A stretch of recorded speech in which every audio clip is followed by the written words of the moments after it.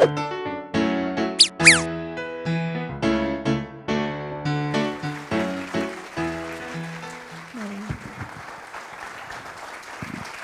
예, 반갑습니다. 남면입니다. 네. 창업도 힘든데 창업보다 더 힘든 건 기업의 변신이 힘들고 변신보다 힘든 건 혁신이 힘들다라는 얘기들이 좀 있었습니다. 그런데 오늘 강연 제목이 혁신 그리고 성장이라고 지어주셨어요. 네, 혁신의 성장까지 굉장히 좀 어렵기도 하고 많이 고민하시는 과제일 텐데 어떤 얘기 전해주실까요? 예, 그 창업을 하고 살아남는 것이 저희는 인생의 목표입니다. 살아남으려다 보니까 변신을 해야 되고 혁신을 해야 되고 뭐 그런 것 같아요. 그래서 이거는 뭐 거의 30년째 사업을 하고 있는데 30년 동안 어떻게 안 망할 수가 있느냐 얘기를 좀 전달해 드릴 수 있을 것 같습니다. 네, 창업가들도 많이 도와주고도 계시고 같이 성장할 수 있는 방법도 고민하고 계시는데 오늘 강연에서 그 이야기 잘 들어보도록 하겠습니다. 여러분 박수로 강연 청해 듣겠습니다.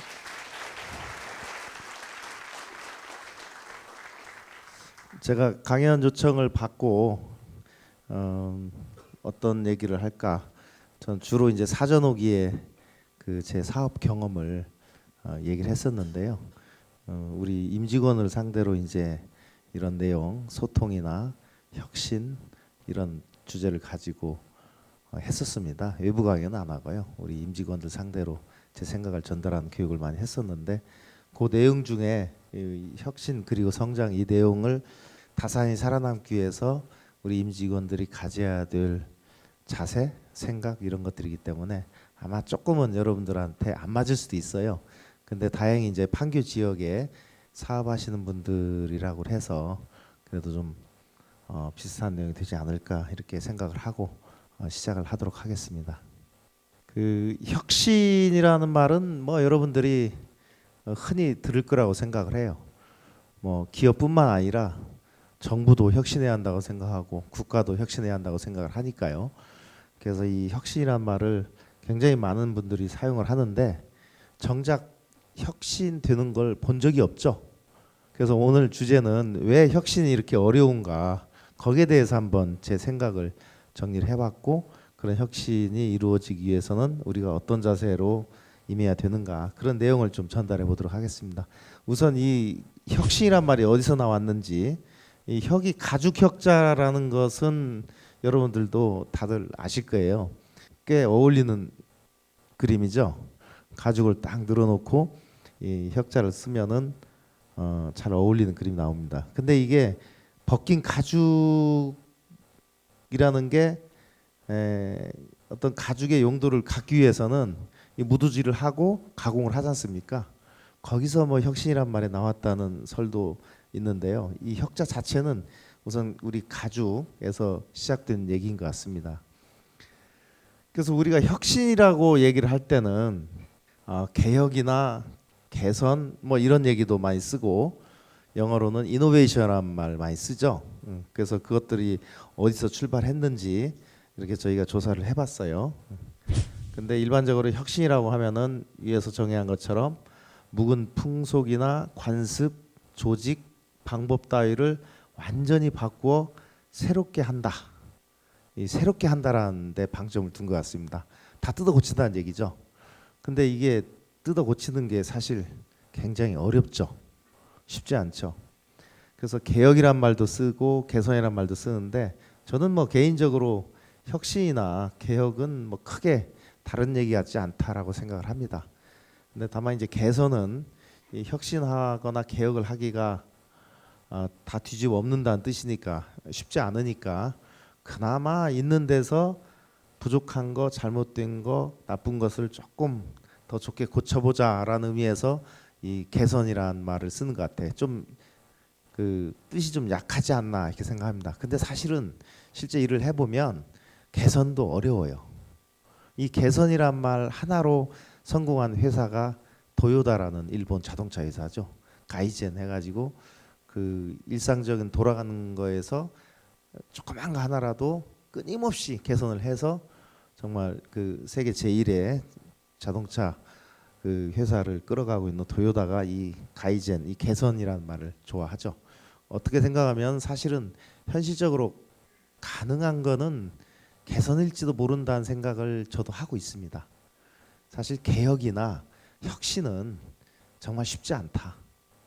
그 후에 그치기가 쉽다라는 생각이 들기도 합니다. 그럼에도 불구하고 이제 우리가 혁신에 대해서 얘기를 해보려고 합니다. 그러면 왜 혁신이 어려운가? 그거에 대해서 한번 전 이렇게 생각을 해봤어요. 인간은 이제 보수적이다. 기본적으로 보수성은 인간의 생존 본능이다. 이렇게 생각이 들어요. 그만큼 보수의 힘은 강하다는 뜻이죠. 거기에 비해서 혁신은 인간의 이성 의지다. 이렇게 생각을 해요. 그러니까 인간을 그 본능과 이성을 가진 동물이라고 생각을 해보면 보수적인 성격은 본능에 더 가까운 게 아니냐 이런 생각을 하게 됩니다. 그리고 우리가 이성적으로 생각을 하고 합리적인 판단을 하고 하는 그런 게 그 혁신이라는 게 아니겠는가 이렇게 생각을 합니다. 근데 여러분들도 뭐 쉽게 생각할 수 있는 것처럼 이성이 굉장히 좋아 보이긴 하는데 실제적으로 우리가 살다 보면 이성의 힘보다는 본능의 힘이 훨씬 더 강하죠. 말은 합리적으로 하고 이성적으로 하는데 내 몸은 실제 그렇게 안 되는 게 많지 않습니까? 저는 바로 그게 본능의 힘이라고 생각을 하고 이 본능이 아무리 아름답지 못하고 추하다 하더라도 이 본능의 힘을 저는 인정을 해야 한다고 생각을 해요. 그리고 인간은 기본적으로 보수성이 있다. 그거는 일종의 생존 본능이다. 저는 이렇게 생각을 합니다. 근데 이제 이런 진보를 위한 혁신은 우리가 이성의 산물이라 얘기할 수가 있습니다. 그렇기 때문에 이런 생존 본능의 저항은 필연적이다라고 생각을 합니다. 그러니까 혁신이 안 되는 거는 당연하다. 이렇게 한번 생각을 해보자는 거예요. 우리가 이성보다는 본능의 힘이 훨씬 더 강하다. 우리 인간이란 존재는 그렇다라고 가정을 하고 들어가 보자는 거죠. 아니 뭐 혁신하면 되지. 왜 안 돼? 내가 생각할 때 이성적으로 생각할 때 이게 맞으면 이렇게 바뀌어야 하는 거지. 왜 안 돼? 이렇게 쉽게 생각하지 마시고 그건 어려운 일이다. 그리고 인간이란 존재라는 것이 이런 그 보수성이 생존 본능만 강한 거다라고 가정을 하자는 겁니다. 그러니까 보수라는 것은 그러니까 살아남기 위해서 최적의 행동 방식이 보수거든요. 그러니까 과거에 했던 것 중에 성공적이었던 거 그것들이 쌓인 게 보수입니다. 사실은. 그러니까 보수의 가치도 그게 나쁜 게 아닙니다. 사실은 굉장히 좋은 거예요. 보수라는 것은 검증된 방식이고 그러니까 낯선 것 변화로 초래될 수 있는 위험으로부터 회피를 하고 안정을 도모하는 생존 본능이 훨씬 더 강하다. 그게 바로 보수다. 그게 바로 보수의 가치다. 이렇게 우리가 생각을 하자는 거죠. 보수주의 아버지 영국의 사상가 에드먼드 버크가 이런 얘기를 했죠. 보수주의는 오래전부터 있었던 쓸모있는 것들을 지키려는 본능이다. 굉장히 멋있는 말이죠. 그러니까 아마 여러분들이 이런 정치 행위에서 보수 진보 이렇게 쉽사리 가졌던 그런 생각하고는 또 다른 느낌이 올 거라고 생각을 합니다. 그러니까 보수라는 것도 그렇게 멋없는 건 아니다. 우리 생존의 최적의 그런 가치를 지키려는 행위다. 이렇게 생각을 해보자는 거죠. 거기에 비해서 그 진보나 혁신은 인간의 이성의 의지다라고 저는 생각을 합니다. 그리고 이런 혁신은 기업 생존의 필수적인 조건이다. 그거는 이제 변화하는 환경에 적응하기 위한 능력을 갖기 위해서 필수적인 거다. 그러니까 혁신하지 않으면 변화에 새롭게 적응하지 않으면 기업은 망할 수밖에 없다. 근데 이게 좀 더 길게 연장을 하다 보면 국가도 마찬가지다. 국제 환경이 변하고 세상이 변해가는데 국가가 그대로 있다면 혁신하지 않고 있다면 그 나라는 망한다. 이렇게 생각을 해요. 근데 국가가 망하는 것보다는 기업이 망하는 게 더 쉽죠. 그러니까 공무원들이 안 변하는 이유 중에 하나는 나라는 그렇게 쉽게 망하지는 않기 때문에 그렇게 혁신하려는 의지가 적은 겁니다. 근데 거기에 비해서 기업은 혁신을 매일 외치지 않습니까? 왜 그럴까? 기업은 굉장히 망하기가 쉽거든요. 그리고 대기업하고 벤처기업하고 또 비교를 해보시면 대기업은 쉽사리 망하지 않습니다. 지금까지 하던 사업이 있고 일거리가 있고 기득권이 있기 때문에 대기업은 혁신하지 않아도 하루아침에 망하지는 않습니다. 그래서 공무원들의 사고방식하고 대기업에서 일하던 임원들의 사고방식하고 우리처럼 벤처에서 일하던 사람들의 사고방식을 비교해보면 그게 확연히 드러나요. 저는 그 세 가지를 그렇게 판단을 해요. 얼마나 망하기가 쉬운 조직인가. 거기서 그 사람들의 사고방식의 차이가 나온다고 생각합니다. 우리 벤처기업가는 매일 혁신하지 않으면 바로 망합니다. 그러니까 혁신을 일삼아 하는 거예요. 그래서 아마도 혁신에 대해 얘기하라면은, 그리고 저를 초대한 것도 이 혁신에 대해서 익숙하니까 그랬을 거라고 생각을 해요. 그리고 이 변화의 속도라는 것은 갈수록 빨라지죠. 그러니까 세상이, 환경이 변하지 않으면 우리가 혁신할 이유가 없습니다. 지금까지 살아왔던 보수적인 방식으로 살면 돼요. 그 프로세스를 잘 지키고 법을 잘 지키고 규칙을 잘 지키고 규제에 잘 따르고 그러면은 우리가 생존에 훨씬 유리합니다. 근데 문제는 왜 혁신이 필요한가? 변화의 속도가 너무 빨라지고 있거든요. 여기서 보시는 것처럼 그렇기 때문에 기업의 평균 수명도 갈수록 짧아지고 있어요. 그래서 기업에서 혁신이란 주제가 그렇게 나온다고 저는 생각을 합니다. 그럼 우리가 주위에서 경험할 수 있는 혁신의 종류가 어떤 것들이 있는지 한번 보도록 하겠습니다. 그러니까 전에 없던 새로운 시장을 창출하는 신제품, 신기술, 서비스다. 이런 혁신이 있다라고 생각을 했어요. 예를 들자면은 비행기가 발명이 돼서 상용 서비스를 시작을 하게 됐다. 이런 거 한번 생각을 해보자고요. 그리고 손빨래를 하다가 이렇게 세탁기가 발명이 돼서 우리 생활에 도입이 되지 않습니까? 이게 새로운 기술로 새로운 제품이나 서비스가 나오는 것, 이런 혁신이 있다고 생각을 합니다. 그리고 이런 혁신은 모든 사람들이 반기고 기득권이 없기 때문에 쉽게 받아들여진다고 생각을 해요. 근데 거기에 반해서 두 번째 혁신의 종류는 기존의 제품이나 서비스를 대체하는 기술 및 아이디어의 진보라는 게 있어요. 예를 들자면 지금까지 마차를 타고 다니다가 누군가 자동차를 만들었어요. 그러면 지금은 다 자동차로 바뀌었죠. 그런데 처음에 자동차가 나왔을 때도 자동차가 쉽게 받아들여졌을까요? 그건 아니죠. 자, 이런 경우, 그러니까 제가 지금 하고 싶었던 얘기 뭐냐면 기존의 기득권을 가진 분야에서 이걸 대체하는 대체 혁신이라고 얘기합시다. 대체 혁신이라는 것은 훨씬 더 어렵다라는 얘기를 하려고 하는 거예요.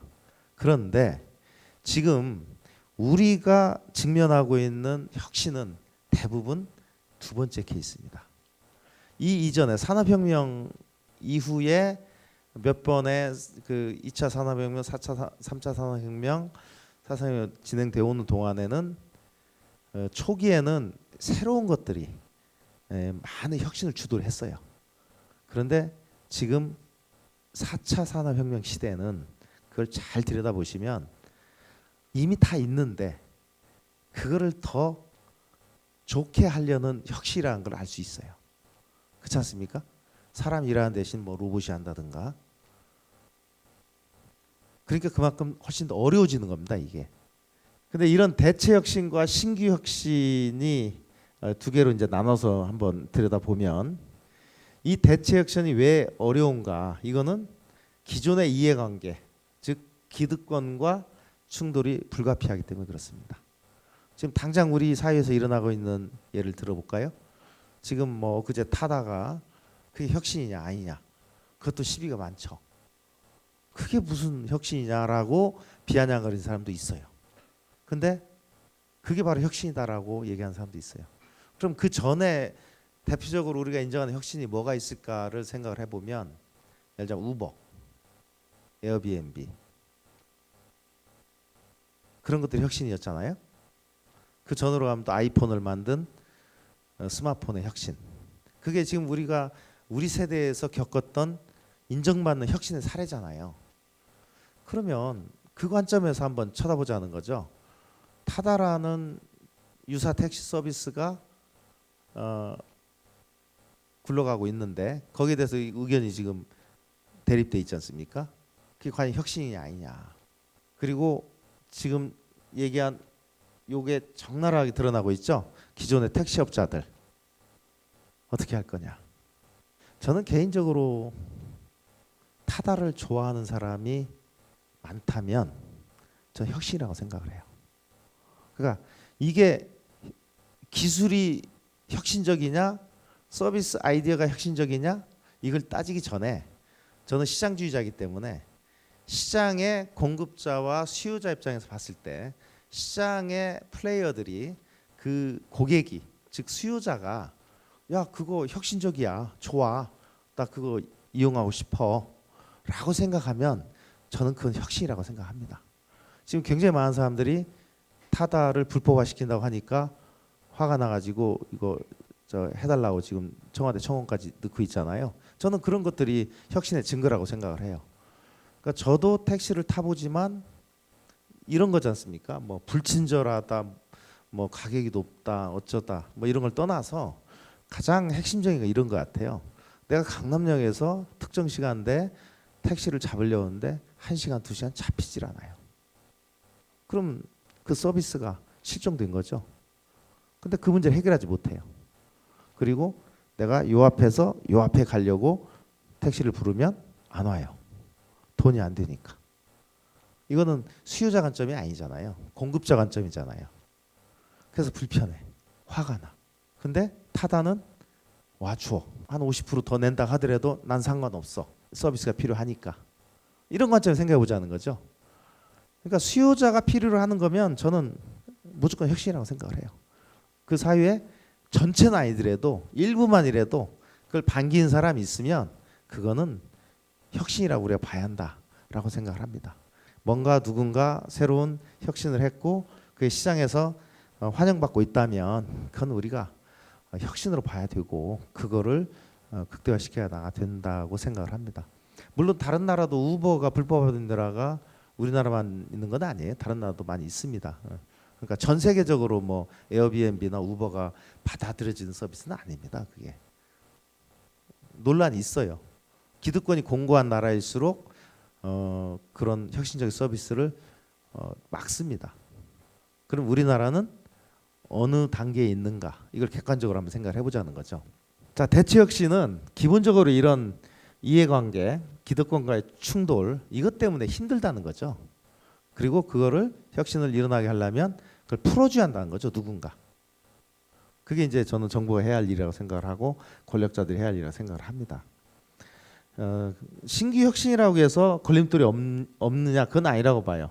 그거는 그 신규 혁신, 그러니까 신규 혁신을 받아들일 때 일어난 리스크에 대한 사회적인 합의 도출이 안 되면 이런 그 신규 혁신도 불가능하다고 봐요. 예를 들면 비행기를 처음 띄웠어요. 비행기 처음 띄웠을 때 얼마나 많이 추락사고가 있었겠어요. 많이 죽었겠죠, 그죠? 그러면서 발달해 오지 않습니까? 근데 지금은 비행기가 없으면 우리가 상상도 못 하잖아요. 그럼 초기에 그 비행기가 상업적으로 성공하게 되기까지 그때 그 정부 역할도 굉장히 중요한 거죠. 그걸 우리가 받아들여야 한다는 거죠. 저는 뭐 원전 문제도 마찬가지고 사회적 리스크가 있는 어떤 것도 사회적 합의에 의해서 그 리스크가 충분히 계량이 되어야 한다고 생각을 해요. 그리고 그걸 우리가 기술적으로 극복하는 자세가 혁신을 받아들이는 자세지 그거 위험하다고 해서 하지 말자. 리스크 테이킹을 하지 않으면 그 사회는 그 혁신적인 사회 아니라고 저는 생각을 해요. 그래서 이런 그 혁신의 걸림돌들 그건 잘 들여다보면 이 혁신과 이 기득권의 문제입니다. 사실은 잘 생각해 보면 그게 공존이 불가하고 타협이 안 되는 거죠. 양립할 수 없는 가치관이고 이게 양자택일의 문제고 윤인의 해법은 없다는 거죠. 혁신이 되려면 그걸 받아들이고 결정을 했으면 그 나머지는 희생을 할 수밖에 없다는 겁니다. 그래서 그 규제 개혁이나 철폐는 기존 체계와 기득권을 파괴하는 것이지 기존 체계를 온전시키고 기득권을 온전시키면서 혁신이 될 거라고 착각해서는 안 된다는 겁니다. 할 거냐 말 거냐 문제지 그 두 개를 윤인할 수 있는 해법 없다라고 생각한다는 거죠. 그래서 가장 그 중요한 문제가 바로 이 문제입니다. 기득권과의 충돌 문제예요. 그런데 이 시장이라는 것은 옛 것을 몰아내는 순환 과정이었지 한 번도 마차도 있고 자동차도 있고 이런 건 자연의 시장의 원리에 맞지 않는다는 거죠. 끊임없이 새로운 것이 옛 것을 몰아내고 자리를 잡는 과정이었지 그게 사이좋게 공존하고 우리가 얼핏 생각하는 것처럼 조화로운 세상이고 그렇지는 않다는 겁니다. 그만큼 그 정글의 약육강식 같은 일이 시장에서 벌어지는 거지 착한 사람들이 착한 마음에서 착하게 생각하는 그런 건 아니라는 걸 제가 말씀드리고 싶은 거예요. 예를 들면 뭐 카풀이나 콜버스나 우버 타다 하고 기존 택시업계 문제 이게 저는 양립할 수 있다고 생각하지 않습니다.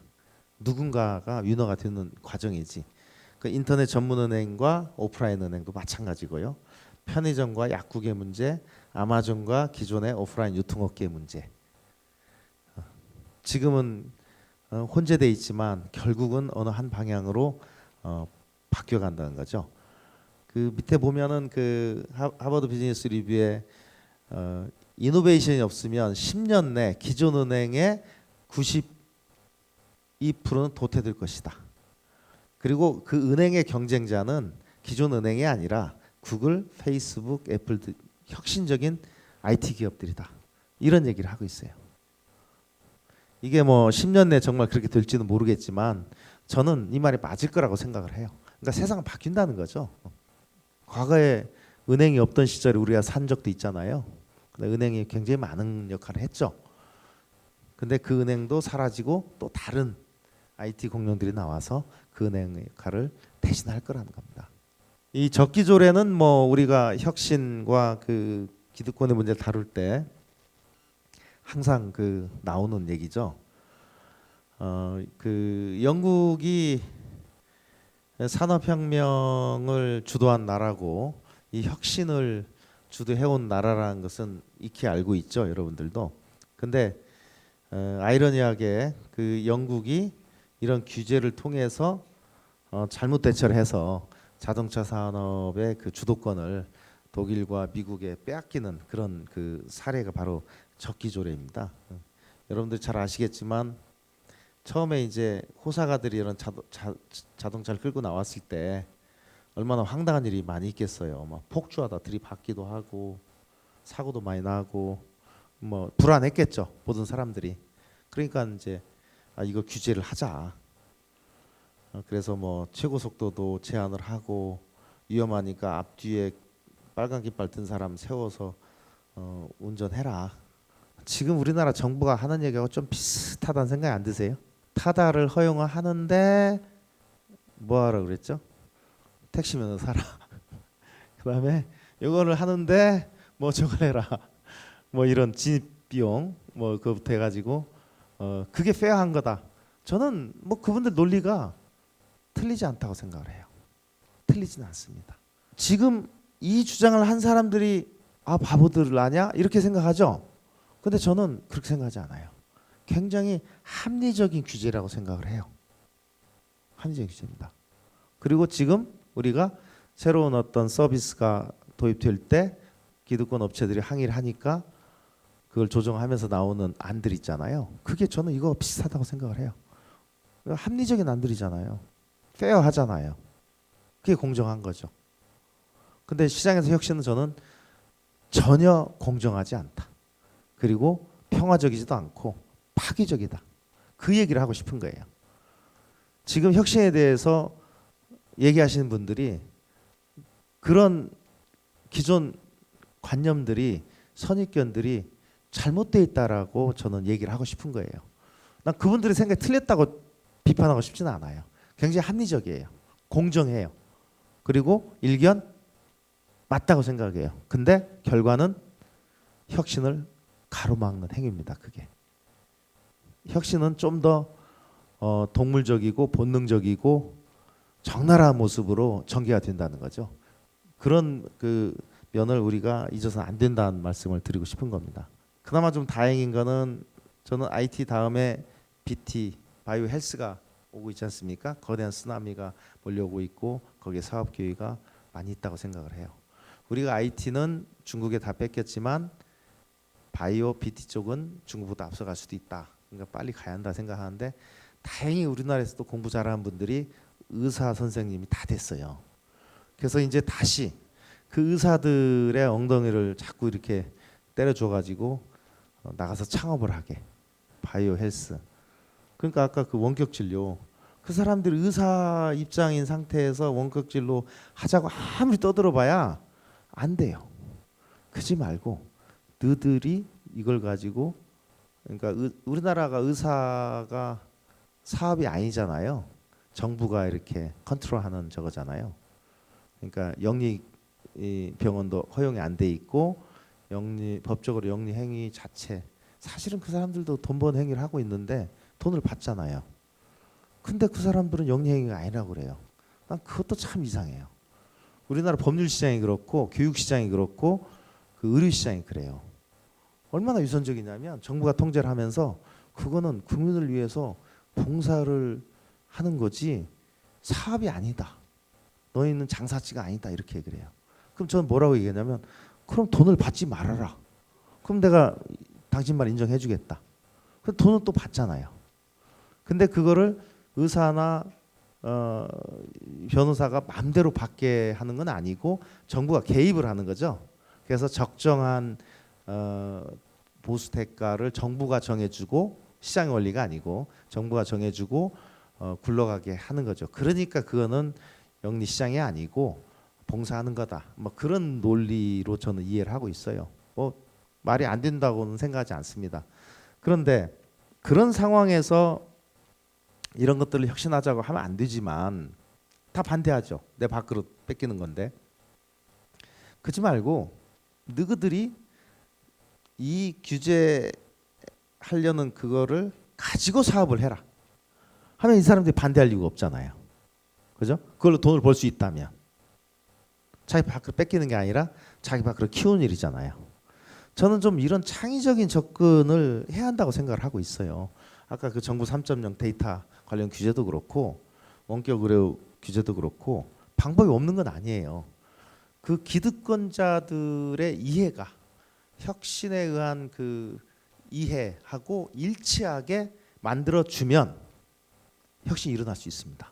그러니까 이 혁신의 길이라는 것은 마차를 고집할 것인가 자동차로 갈아탈 것인가 양자택일의 문제라는 거죠.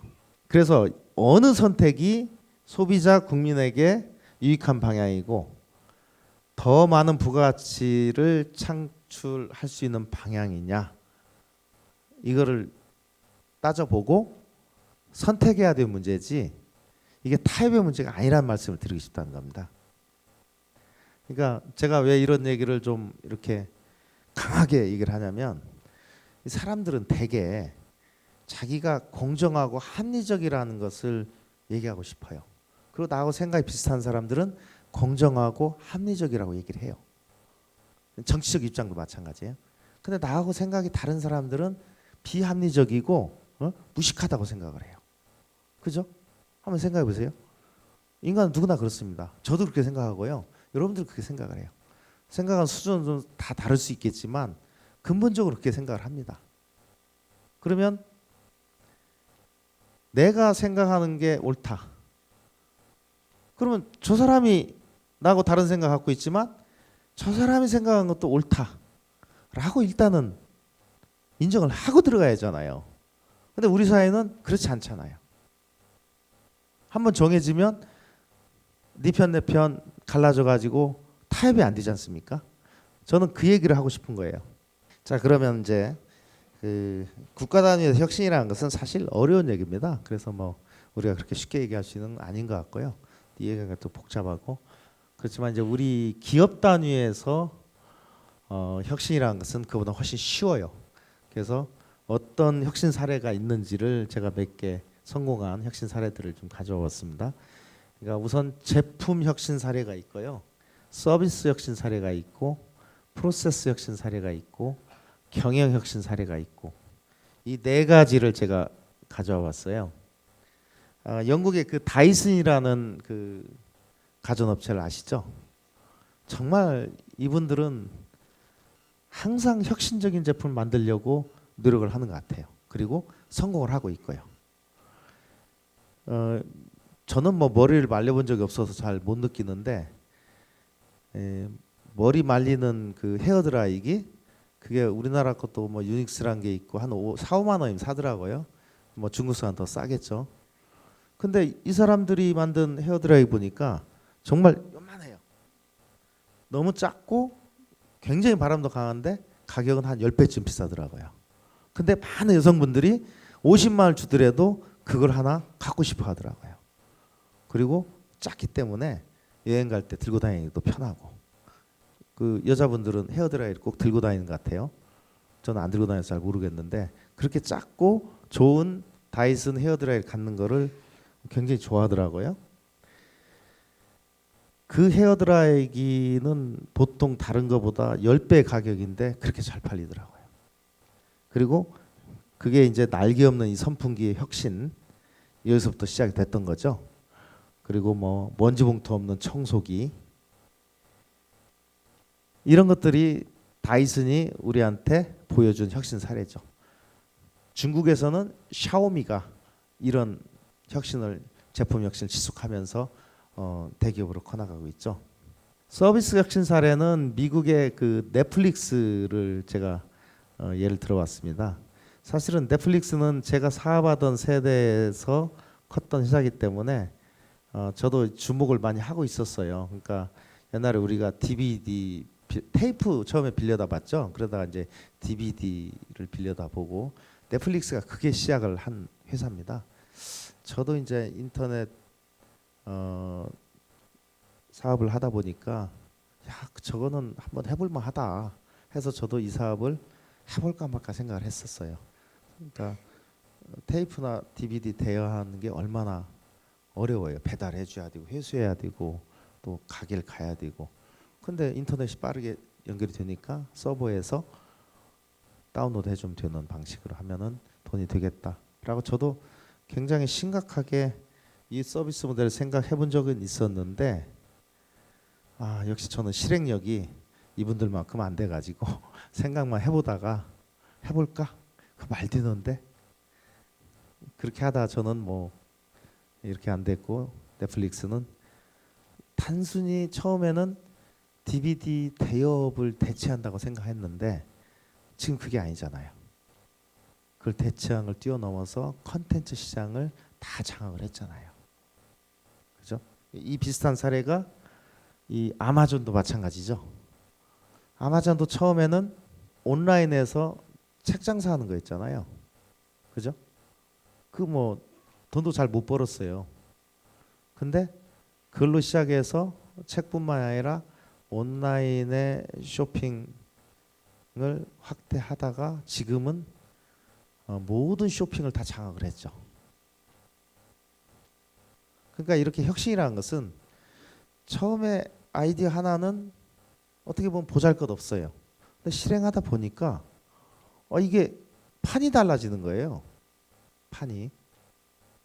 그러니까 처음에 생각할 때는 생각지도 못했던 그런 아이디어들이 나오는 겁니다. 그러면서 판이 바뀌는 거거든요. 그게 넷플릭스나 아마존의 사례를 보면 그게 금방 이해가 돼요. 처음에 그들의 혁신은 굉장히 작은 거예요. 근데 이게 눈덩이처럼 커지면서 근본적인 플랫폼의 변화가 일어난 거예요. 어떤 양적인 그 혁신이 축적이 되다 보면 어떤 질적인 변화가 일어나는 겁니다. 플랫폼의 변화가 일어나는 거예요. 그래서 저도 이제 아마존도 저도 제가 사업할 때 주시하던 사업 중에 하나예요. 우리나라 인터파크라고 있었죠. 출발점 비슷했어요. 사실 생각해 보면 우리나라 IT 기업들이 원조들이 많아요.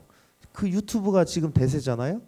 사실은 그 판도라라고 있었어요. 판도라 TV 우리 빌딩에 있는데 아직도 안마와 버티고 있는데 그 친구들이 사실은 시조예요. 뭐 페이스북 우리 옛날 싸이월드 있었잖아요. 에어비앤비 우리 미국 가면요 한국 사람들이 하숙집 다 했어요. 그게 에어비앤비죠. 그 혁신의 단초적인 아이디어는 한국의 IT 기업에서 굉장히 많이 나왔습니다. 도요타는 뭐 아까 제가 가이젠 그 개선이라는 거를 얘기했는데 여기는 혁신보다는 사실 개선을 하자. 눈에 보이는 낭비 요소를 하나씩 없애보자라고 시작한 일인데 이게 전체 프로세스를 바꿔버리는 프로세스 혁신 사례로 성공을 한 경우죠. 이것도 처음에 생각할 때는 별거 아니에요. 누구나 생각할 수 있는 거예요. 현장의 노동자들이 할 수 있는 일들이었어요. 근데 그게 쌓이다 보니까 그러니까 이렇게 시작을 한 걸로 저는 기억을 해요. 그 굉장히 큰 그 자동차 공장에서 부품을 조립을 해가지고 자동차가 생산되는 거잖아요. 그럼 부품이 수만 가지인데 그게 도착하는 시간이 다 달라요. 그러면 어떻게 해야겠어요? 창고에 쌓아놓게 되잖아요. 이게 뭐 조립 공장보다 부품 창고가 더 커집니다. 실제. 야 이거를 정확히 스케줄링해서 우리 조립 시간에 맞게 딱딱딱딱 갖다 놓으면 되겠다. 이거 누구나 생각할 수 있는 거잖아요. 그것부터 시작을 한 거예요. 그걸 하다 보니까 이제는 도요타의 그 공정을 따라올 수 없을 만큼 격차가 벌어진 겁니다. 그래서 이 도요타의 그 저스트 인 타임 운동을 그 프로세스 혁신의 사례로 뽑고 있습니다. 그 네 가지의 기업 세계에서 일어난 성공한 혁신 사례들을 제가 예를 들어드렸었는데요. 이 맥킨지라는 그 컨설팅 회사에서 린 경영 혁신 사원칙이라는 거를 발표를 했습니다. 그러니까 이런 경영 혁신이 일어나기 위해서는 뭐가 필요한 건지 여기서 얘기하는 거는 고객 중심이어야 된다. 그러니까 일하는 사람인 나가 아니고 우리 고객의 관점에서 생각해야 그게 혁신이 일어난다. 이 얘기를 하는 겁니다. 그리고 조직 구성원의 잠재력. 아무리 그렇다 하더라도 조직 구성원 당사자들이 동의하지 않으면 참여하지 않으면 의미가 없다. 이 얘기를 하는 거예요. 한번 우리 지금 정치 세계에서 우리 사회에서 일어나는 일을 비교를 해보세요. 밀어붙이려고 하잖아요. 그리고 혁신이라고 얘기하잖아요. 그 혁신이 될 수가 없다는 얘기를 하는 겁니다. 그 사람들이 다 동의를 해도 잘 안 되는 게 혁신이라는 거죠. 근데 처음부터 동의도 안 하는데 혁신이 일어날 거라고 생각하는 게 말이 안 된다는 거죠. 일하는 방식의 개선. 그러니까 지금 하는 것보다 더 좋은 방법이 있을 거다라는 믿음이 있어야 한다는 거죠. 내가 지금 하는 것이 가장 좋은 방법에 대한 생각이 있는 한 혁신이 일어날 수가 없다는 겁니다. 그렇지 않겠어요? 그 다음에 전력과 목표의 연계.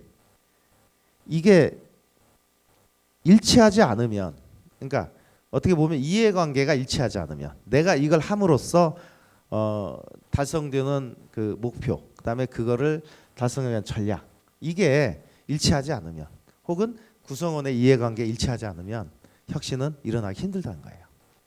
그러니까 정말 어려운 얘기죠. 경영혁신이 일어나려면 이 네 가지 네 박자가 잘 맞아야 된다는 얘기를 하고 있는 겁니다. 그래서 저는 그 창조적 혁신가의 자세는 어떤 걸까 이런 단어들을 쭉 추려봤어요. 일단은 열린 마음이 돼야 된다. 그리고 고정관념을 버려야 된다. 문제 밖에서 해결책을 찾아봐야 된다. 다르게 생각을 해봐야 된다. 용기가 있어야 되고 끊임없이 학습을 해야 되고 도전정신이 있어야 되고 실행력이 있어야 된다. 굉장히 어렵죠? 그러니까 혁신이 일어나기 위해서는 이런 자세로 무장이 되지 않으면 안 된다. 그리고 어렵다. 제가 서두에 여러분들한테 말씀드리려고 했던 게 뭐였습니까? 혁신은 어려운 거다. 불가능에 가깝다.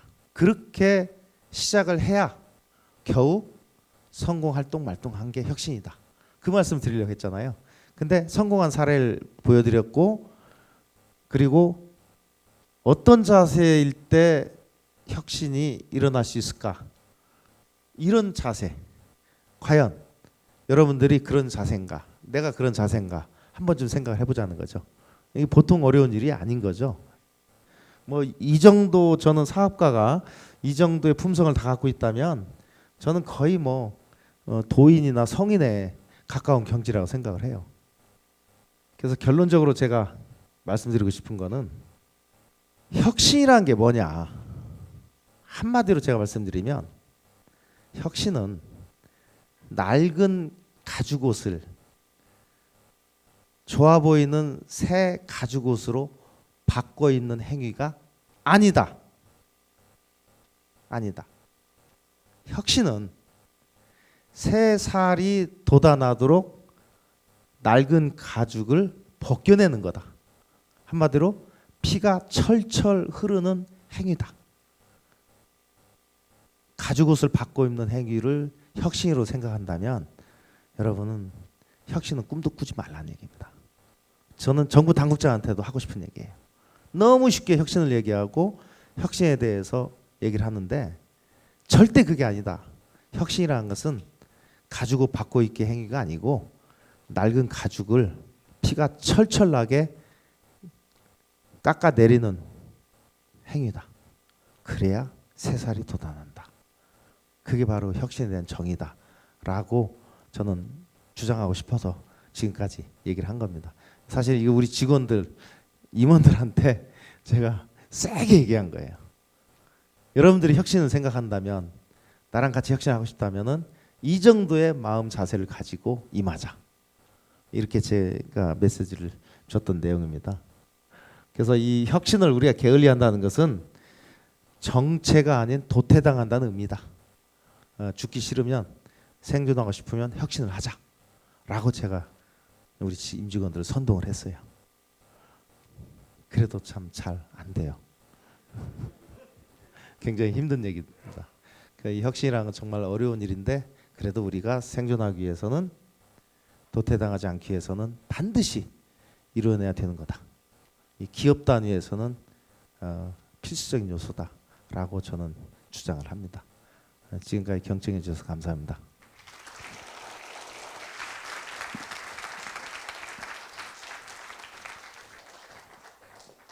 회장님 강연 잘 들었습니다. 질의응답 시간을 좀 넉넉히 가질 수 있을 것 같은데요. 중앙으로 저희 자리 이동해서 강연 듣도록 하겠습니다. 보통 이제 이렇게 얘기하고 있으면 이렇게 열심히 보시는 분 잘 없었거든요. 늘 오시는 분들 아실 겁니다. 네, 이렇게 하나하나 귀 기울여서 이렇게 네, 다 대답해 드리고 싶으신 또 회장님 마음이 잘 익혀지거든요. 보셨기 때문에 그럼 회장님께서 첫 번째 질문 골라주시면 좋겠습니다. 어떤 질문이 답하기 쉬운가 그걸 보느라고 열심히 보고 고르셨어요. 있었어요. 네, 첫 번째 질문이네요. 제일 쉬운 답일 것 같아요. 성공의 기준이 무엇인지 알고 싶습니다. 저는 이제 사업하는 사람 관점에서 성공이란 무엇인가?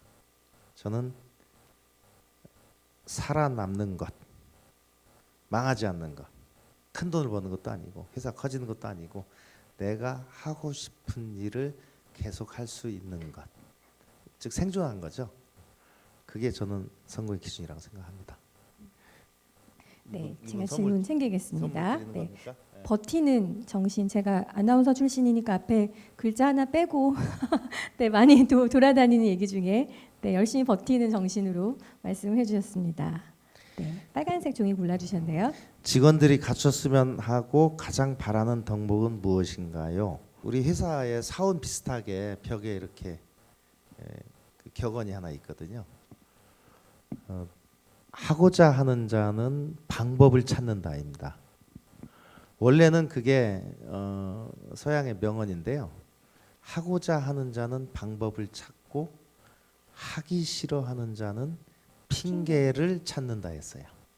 근데 이 말이 정말 꼼짝말하잖아요. 특히 두 번째 문장은 가슴이 찌릿하잖아요.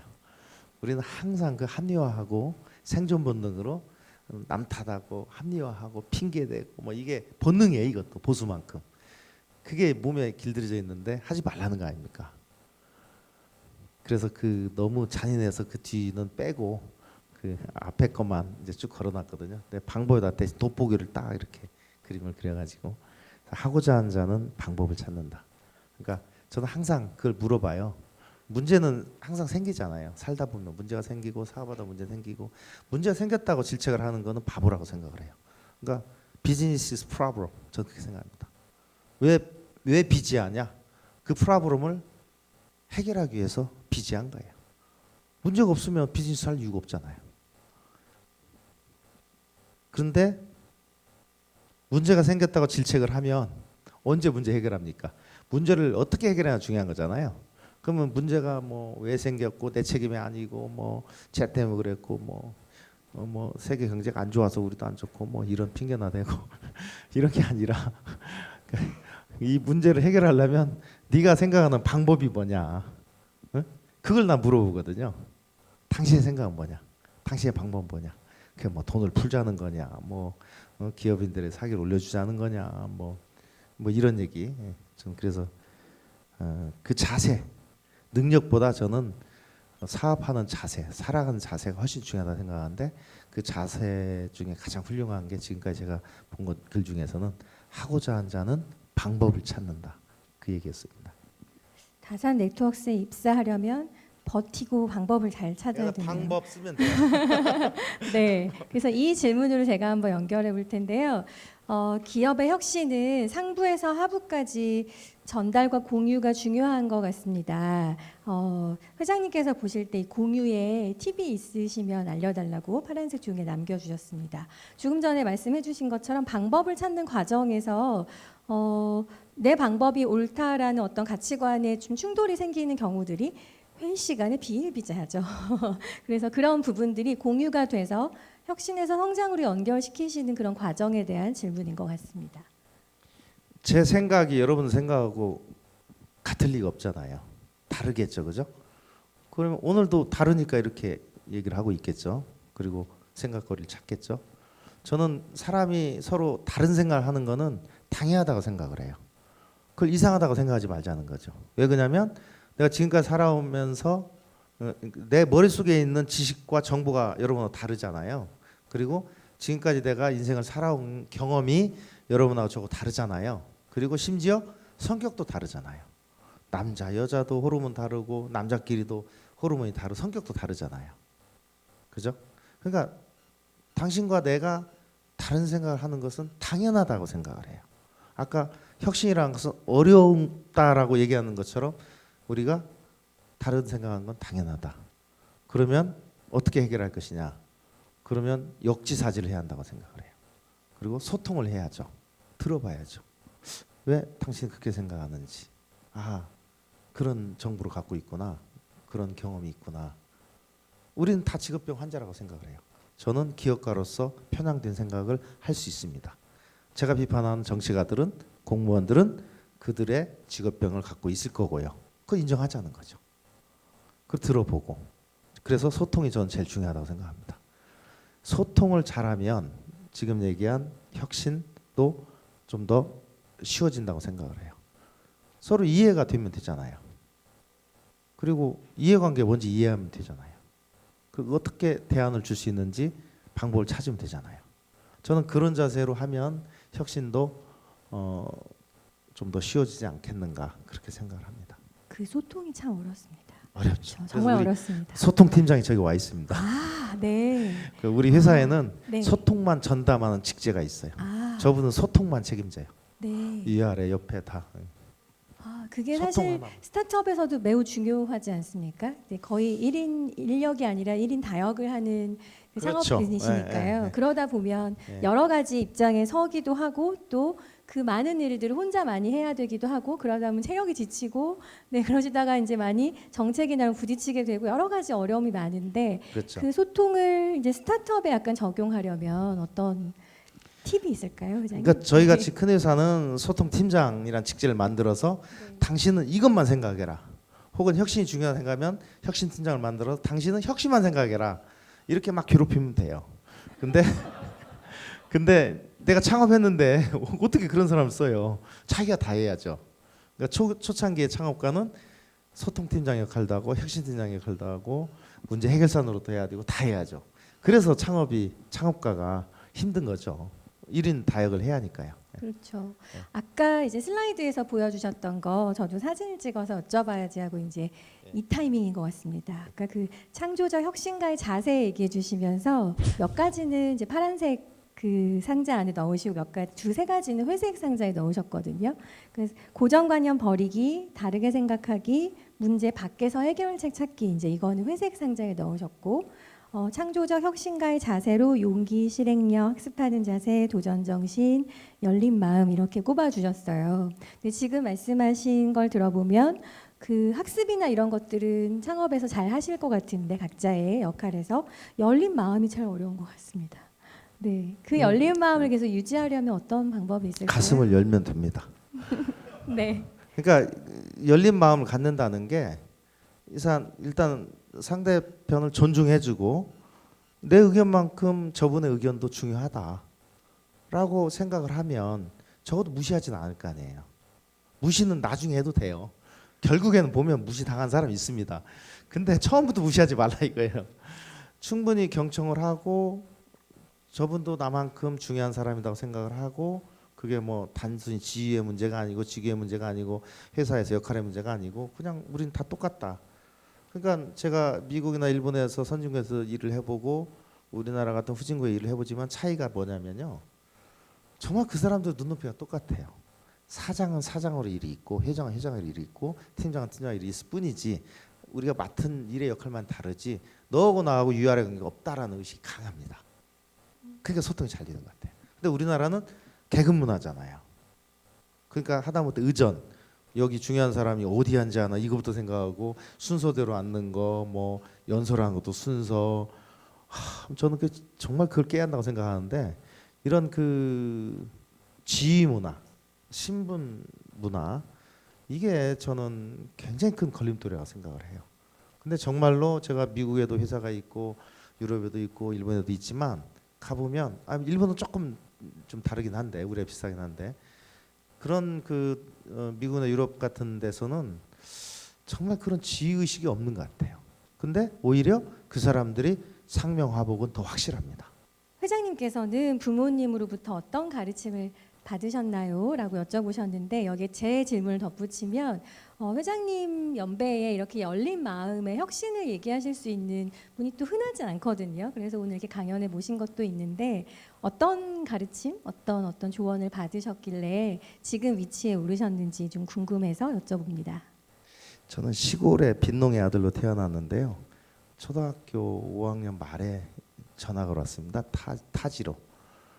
그래도 뭐 중학교, 고등학교, 대학교를 다 타지에서 다녔고 부모님 밑에서 엄하게 교육받은 시간이 길지는 않았어요. 다만 너는 농사 짓기 싫으면 공부해라. 양자택일이잖아요. 이게 혁신이에요. 앉아서 그냥 하기 싫은 농사일을 하든가 아니면 뭐 머리 싸매고 공부해가지고 좋은 학교 가서 어떻게든 먹고 살든가 저는 후자를 선택을 했습니다. 그래서 우리 부모님이 저한테 준 가장 큰 가르침은 농사 짓기 싫으면 공부해라. 공부를 했어요. 그래서 이렇게 지금 농사와 공부 중에 공부로 잘 순응하셔서 따라주셨는데 이렇게 선택의 갈림길에 있을 때 항상 기준을 삼으시는 게 뭔지 여쭤보시는 또 노란색 종이를 제가 뽑았습니다. 저도 내가 왜 아직 살아 있을까 생각을 하고 제가 91년도에 창업을 하고 지금까지 안 망하고 버티고 있는데 4번 정도 망할 일이 있었어요. 그게 아마 세바시 강연도 나가 있을 거고 인터넷에 제가 이 강연 많이 했는데 97년 말에 IMF 위기, 2001년에 IT 버블 꺼질 때, 2004년에 경영 지수성 위기, 2008년에 그 외환의 그러니까 세계 경제 위기, 금융 위기였죠. 정말 4번을 죽다 살았는데 그 위기를 극복할 때마다 정말 한 단계 업그레이드하는 기회가 오더라고요. 그래서 위기라는 것은 위험할 위자에 기회의 기자에 합성어다라는 말 저는 믿습니다. 근데 정말 그때는 죽기 살기로 그걸 극복을 해서 헤쳐나왔는데 그때도 긴가민가 하는 상황이 와요.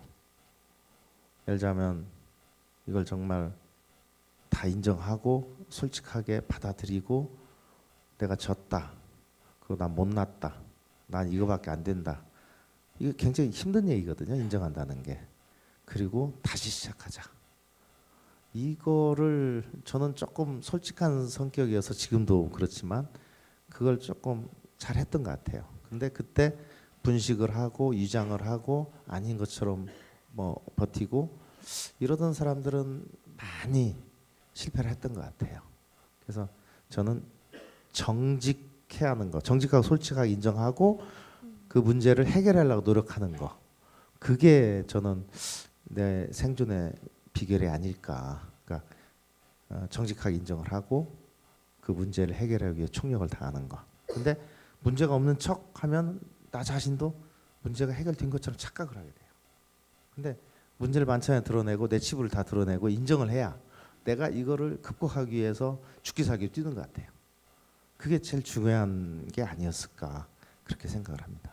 그 제가 마지막으로 드리고 싶은 말씀은 네.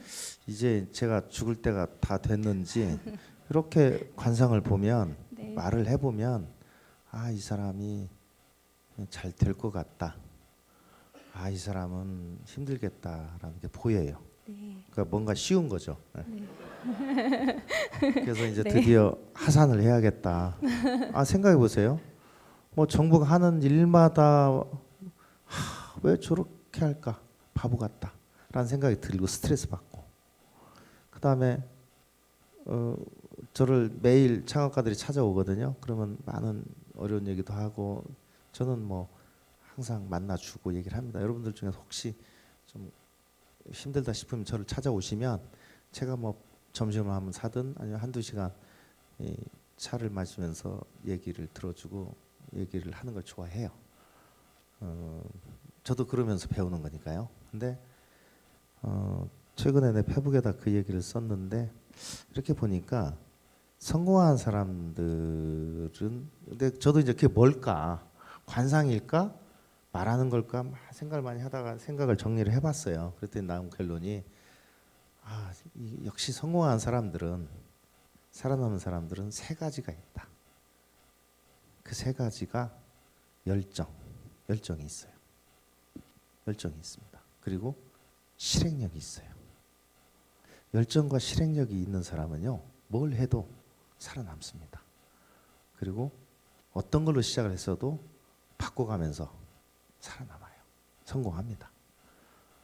그리고 제가 사업 시작한 분들한테도 네 처음 생각이 시장에 부딪혀서 성공할까 생각하지 마라. 네 생각 10번쯤 바뀌어야 네가 성공하도록 하고 있을 거다. 이런 충고를 많이 해요. 그러니까 부딪히라는 거죠. 시장에 부딪혀서 적응하고 답을 찾아내는 과정이 성공의 길을 가는 건데 일단 부딪히려는 열정이 있어야 되고 닥치고 창업하라가 제 브랜드거든요. 창업을 해야 배우고 그다음에 실행력을 가니까 열정과 실행력 결론 내면 이 두 가지면 성공하는 것 같아요. 지치지 않게 그렇게 할 수 있으면. 근데 이제 성공하고 난 뒤가 더 중요할 수 있어요. 성공했다 망한 사람 많아요. 그리고 또 다시 못 일어납니다. 그런 사람들일수록. 그게 절제력이에요. 그래서 저는 열정, 실행력, 절제력을 갖춘 사람은 죽을 때까지 안 망하고 위너가 되는구나. 성공을 유지하는구나 라고 이렇게 생각을 했어요.